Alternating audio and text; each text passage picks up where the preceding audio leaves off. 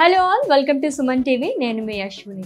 So ఈ మధ్య కాలంలో ఏజ్తో సంబంధం లేకుండా అందరికీ కూడా స్పైన్ ఇష్యూస్ అనేవి వస్తున్నాయి. ఇదివరకు రోజుల్లో అయితే ఒక ఏజ్ వచ్చిన తర్వాత అబౌవ్ 40+ అలా ఉన్న వాళ్ళకి మాత్రమే ఇష్యూస్ అనేవి వచ్చేవి.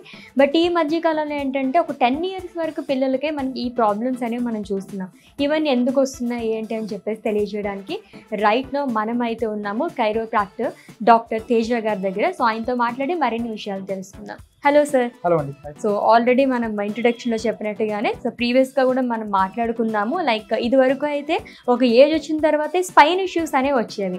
ఈ మధ్య కాలంలో చిన్నపిల్లల దగ్గర నుంచి కూడా బ్యాక్ పెయిన్స్ అనేవి ఇష్యూస్ అనేవి వస్తున్నాయి. ఎందుకు, రీజన్ ఏంటి? ఇప్పుడు చిన్నపిల్లల కంటే ఇప్పుడు చూడండి, ఇంతకు ముందు ఒక 10 years బ్యాక్ ఒక 50-60s చూసేవాళ్ళు ఈ అరుగుదల స్పైన్ డీజనరేషన్స్ అనేవి, డిస్క్ ప్రాబ్లమ్స్ కూడా చాలా వరకు. ఇప్పుడు ఏంటంటే నౌడేస్ 12-13 years నుంచే చూస్తున్నాం. దేనివల్ల అంటే మనకి ఇప్పుడు ఫిజికల్ యాక్టివిటీ చెప్పొచ్చు, లేక ఫిజికల్ యాక్టివిటీ చెప్పొచ్చు, లేదు అంటే న్యూట్రిషన్ డెఫిషియన్సీస్ 90% న్యూట్రిషన్ డెఫిషియన్సీస్ వల్ల చెప్పొచ్చు. ఇక్కడ ఏమవుతుందంటే బోన్స్ వీక్ ఉంటాయి కదా, సో ఇక్కడ ఏమవుతుందంటే కొంచెం హైట్ నుంచి కింద పడ్డా కూడా డిస్క్ బల్జెస్ వచ్చే ఛాన్సెస్ ఉంటాయి. మనకి బోన్ స్ట్రెంత్ బాగుంటే, మజిల్ స్ట్రెంత్ బాగుంటే, సో అలాంటి డిస్క్ బల్జెస్ వచ్చే ఛాన్సెస్ చాలా తక్కువ.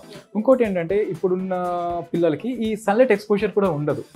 సో ఏసీ క్లాస్ రూమ్స్ ఉండేసరికి ఇమ్యూనిటీ తగ్గిపోవడం and sunlight exposure, vitamin D deficiencies అయితే చాలా ఎక్కువ అన్నమాట. దాని వల్ల కూడా మనకి బోన్ స్ట్రెంత్ తగ్గి ఈ డిస్క్ బల్జెస్ వచ్చే ఛాన్సెస్ చాలా వరకు ఉంటాయి అన్నమాట. సో దీంట్లోనే మనం పర్టికులర్ గా మాట్లాడుకుంటున్నాం కాబట్టి స్పైన్ ఇష్యూస్ లోనే ఆస్టియోఫైట్స్ అంటే ఏంటో చెప్పండి.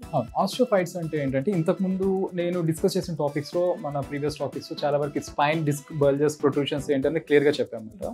ఇప్పుడు అందులోనే ఆస్టియోఫైట్స్ అంటాం.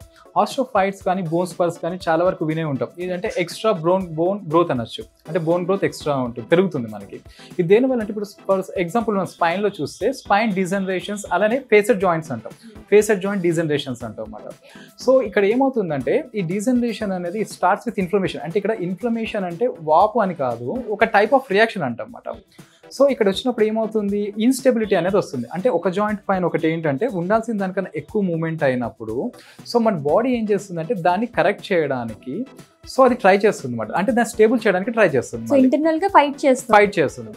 ఆ స్టెబిలైజేషన్ ప్రాసెస్లో ఏమవుతుందంటే ఆ స్టెబిలైజేషన్ ప్రాసెస్లో ఈ ఆస్టియోఫైట్స్ అనేవి మనకి ఈ బోన్ గ్రోత్ అనేది వస్తుంది. ఎక్స్ట్రా బోన్ గ్రోత్ అనేది ఆ స్టెబిలైజేషన్ ప్రాసెస్లో బాడీ స్టిమ్యులేట్ చేస్తుంది అనమాట, ఎక్స్ట్రా బోన్ గ్రోత్ని. దాన్ని మనం ఆస్టియోఫైట్స్ అంటాం అన్నమాట. ఫర్ ఎగ్జాంపుల్ మన L4, L5 దగ్గర ఏదైనా ఎంఆర్ఐ, సిటీ స్కాన్స్ తీసినప్పుడు ఆస్టియోఫైట్స్ ఉన్నాయని మనకి ఏమైనా వచ్చినాయి అనుకోండి, అక్కడ ఏం చేస్తుంది, అది ఏంటంటే ఒక ఇండికేషన్ అనమాట. అంటే అక్కడ సమ్ ప్రాబ్లం ఉంది, ఎప్పటి నుంచో ఉంది అని చెప్పి అది ఇండికేట్ చేయడం మనకి ఈ ఆస్టియోఫైట్స్ ఉన్నాయంటే.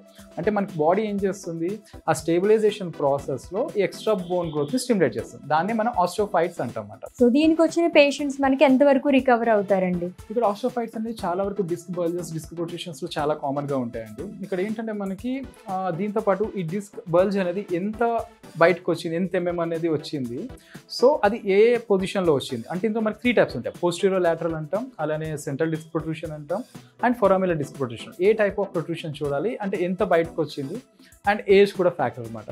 సో దీన్ని బట్టి మనం ఏ ట్రీట్మెంట్స్ ఇవ్వాలనేది సజెస్ట్ చేయడానికి ఉంటుంది. ఇక్కడ మనం కామన్గా కామన్గా ఇచ్చే ట్రీట్మెంట్స్ ఏంటంటే కైరోప్రాక్టిక్ ట్రీట్మెంట్స్ కానీ, ఆస్టియోపతి కానీ, ఫిజియో కానీ, అండ్ ఆక్యుపెన్చర్ కానీ. ఇక్కడ ఏంటంటే కాంబినేషన్స్లో ఇస్తాం అన్నమాట.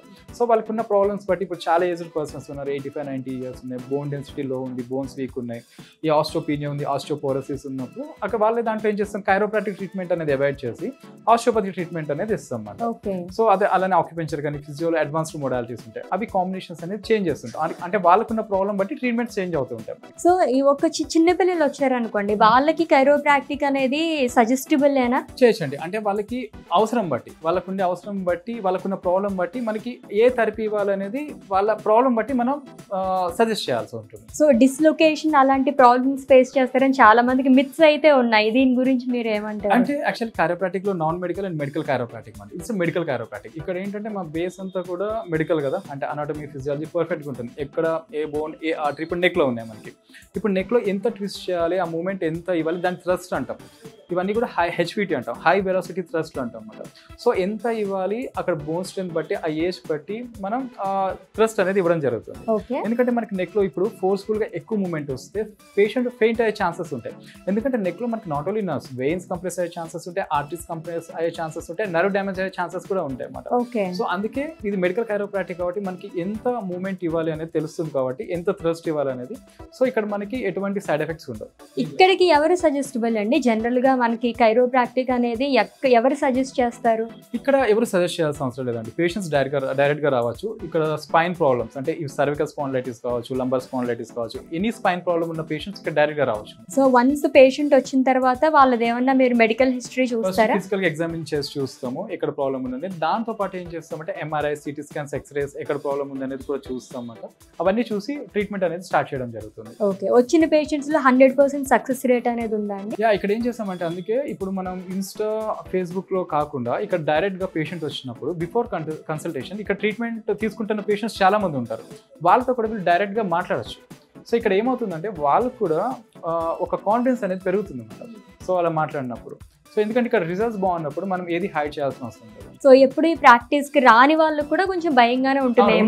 ఇక్కడ ఏం చేస్తున్నామంటే ఇప్పుడు చూడండి, ప్రతి ఒక్కరు ఇన్స్టా, ఎఫ్బీలో చాలా వరకు కామన్ పేషెంట్ రివ్యూస్ అనేది. ఇక్కడ ఏం చేస్తున్నామంటే డైరెక్ట్ పేషెంట్ తో మాట్లాడినప్పుడు ఏంటంటే వాళ్ళు కూడా ఒక నమ్మకం అనేది వస్తుంది. ఎందుకంటే ఇక్కడికి ఎవరు కూడా డైరెక్ట్ గారు ఒక 3 years 4 years ఒక 10-15 క్లినిక్స్ తిరిగి లాస్ట్ లో ఇక్కడ వచ్చే పేషెంట్స్ చాలా మంది ఎక్కువ మాట మాకు. సో అలాంటప్పుడు ఏం చేస్తామంటే వాళ్ళకి కొంచెం నమ్మకం తగ్గుతూనే వస్తారు. ఎందుకంటే చాలా చోట్ల తిరిగి తగ్గుతుందా లేదా అన్న కాన్ఫిడెన్స్ తక్కువే ఉంటుంది. అలాంటప్పుడు ఇక్కడ ట్రీట్మెంట్ తీసుకుంటున్న వాళ్ళతో మాట్లాడినప్పుడు ఏమవుతుందంటే వాళ్ళకు కూడా కాన్ఫిడెన్స్ లెవెల్స్ అనేది పెరుగుతాయి అన్నమాట. సో అందుకే ఇక్కడ పేషెంట్స్ తో మాట్లాడమని చెప్తాం మేము డైరెక్ట్ గా. సో చూద్దామా ఇప్పుడు ఒక రివ్యూ చూద్దామండి. హాయ్ అండి. హాయ్, మీ పేరు? నా పేరు కావ్య అండి. కావ్య గారు, సో ఇక్కడికి ఏ ప్రాబ్లంతో వచ్చారు మీరు? నెక్ పెయిన్ అండి. Neck pain and hands pain. Neck pain and hands pain. Okay, so ఎవరు సజెస్ట్ చేశారు? లైక్ సోర్స్ ఎలా ఇక్కడికి రావడానికి? ఇన్స్టాగ్రామ్ ద్వారా వచ్చానండి. ఇన్స్టాగ్రామ్ ద్వారా వచ్చారు. ఓకే, ఎప్పటి నుంచి ట్రీట్మెంట్ తీసుకుంటున్నారు? 10 days నుంచి ట్రీట్మెంట్ తీసుకుంటాను. బిఫోర్ అండ్ ఆఫ్టర్ ఇక్కడికి వచ్చిన తర్వాత మీకు ఏం డిఫరెన్స్ తెలిసిందండి? ఇక్కడ నేను 2 years నాకు ఈ పెయిన్తో బాధపడుతున్నాను మేడం. బట్ 6 monthsగా ఈ పెయిన్ వచ్చేసరికి తిమ్మిదిగా హ్యాండ్ పెయిన్ కూడా బాగా వచ్చేసింది. గత 6 monthsగా నేను చాలా క్లినిక్కి వెళ్ళాను, బట్ ఎక్కడ నాకు ఈ ప్రాబ్లం అనేది సాల్వ్ కాలేదు.